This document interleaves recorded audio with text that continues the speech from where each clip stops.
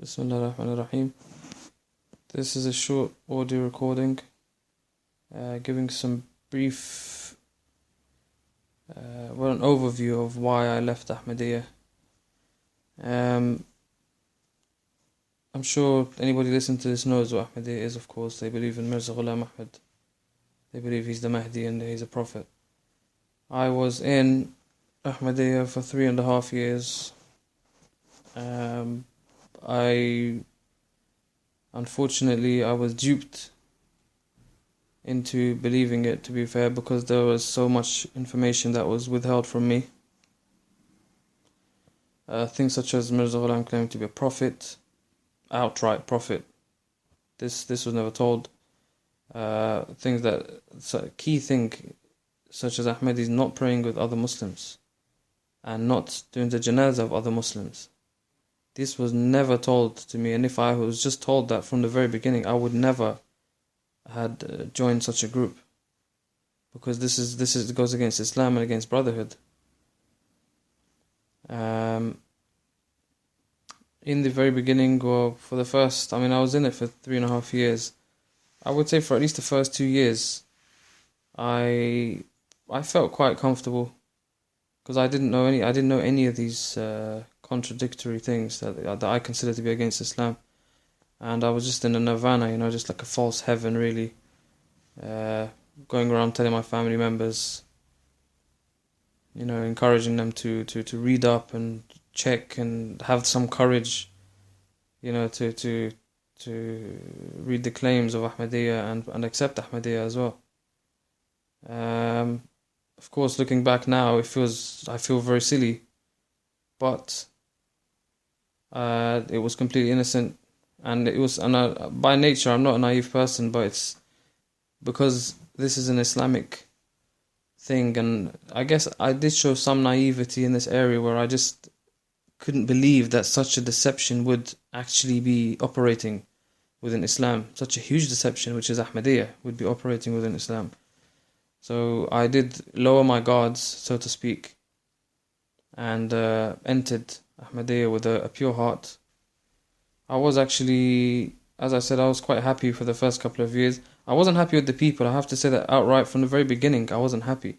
Number one, the women, unfortunately, most of them not like 60%, I would say probably above 80%, they don't cover their hair properly. They wear the hijab. It's hideous. You see, most of them, you see the back of the hair showing and the front of the hair showing, but then they cover the bottom of their face. For example, many of the Ahmadi men that I used to speak to, they didn't even know much about Ahmadiyya. Now, Ahmadiyya is differentiating itself from normal Muslims by saying they have the Mahdi, and as you probably know, some Ahmadis unfortunately are being killed and things like that in Pakistan and other areas of the world, and yet they don't even know why they're Ahmadis.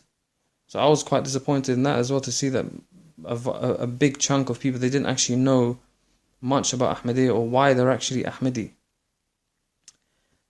So all these things I saw, but I put them, how do you say, I brushed them to the side, because I thought, well, they're just, some people who are not good examples.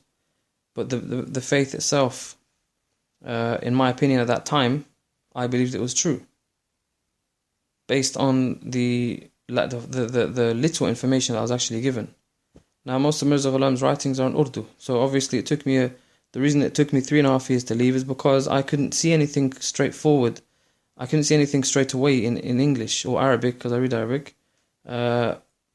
It's all in Urdu, and I had to actually get somebody to translate, a very high standard Urdu speaker, to translate certain passages of Mirza Ghulam's books, for me to realize that actually these are not allegations. This is fact. Mirza Ghulam wrote these things. They are not allegations, as Ahmadi people will try to tell each other that this is an allegation, this is a lie, these are opponents of Ahmadiyya making this up about Mirza Ghulam.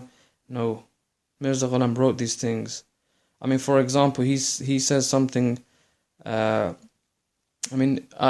briefly talking about things right now because I will make further detailed audio recordings giving the exact references and the exact wording of what he's written.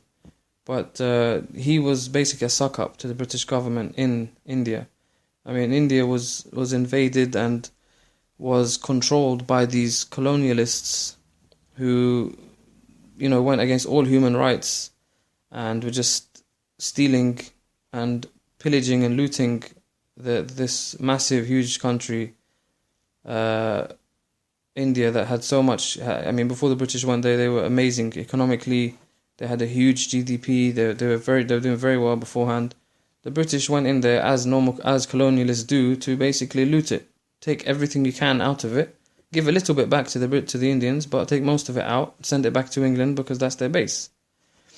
It's a business for them. It's economic. It's not about being nice or something. You've come in and invaded their country. Anyway, Mirza Ghulam was basically a suck-up. He was a sycophant, He, for example, I've seen 11 different places where Mirza Ghulam has mentioned to the British that his father had donated 50 horses and 50 riders to fight with the British, on the British side against the Indian people. In 1857, the alleged rebellion, the mutiny. They call it a mutiny because the Indians didn't want the British to rule them anymore, but they call it a mutiny. So he boasts, he says that I found 11 different places where he's actually mentioned that. That's just one thing. In another place, he says that something along the lines of he would give his mal and jan, his life and his finance or his property and his life for the sake of the British occupiers. And this is meant to be somebody who I afterwards found out that he claimed to be the second coming of Sayyidina Muhammad sallallahu alaihi wasallam. This man, a sellout to the British invaders at the time, is claiming to be on a level or on a par with Sayyidina Muhammad sallallahu alaihi wasallam, who Allah told Sayyidina Muhammad that if it wasn't for Sayyidina Muhammad, Allah would not have created humanity. The Prophet who brought us the Quran, the final Prophet of Allah, who brought us the Sunnah, who brought us Islam as a system of life. This Mirza Ghulam, who, if this is the first time you've heard of these sort of writings, well, keep tuned and you'll see other recordings of details of what Mirza Ghulam has written for you to see how unacceptable this man's personality is for a prophet or even as a Muslim, because if you check Mirza Ghulam's writings, you will see they're anti-Islamic, and if you're anti-Islamic, you're therefore not Muslim. If you're not Muslim, you're called a kafir. And Mirza Ghulam's thoughts and ideas, that was kufr. They're against the out of Islam completely. Now, I'm not calling innocent Ahmadis kuffar, by the way, because innocent Ahmadis don't even know that Mirza Ghulam wrote this stuff.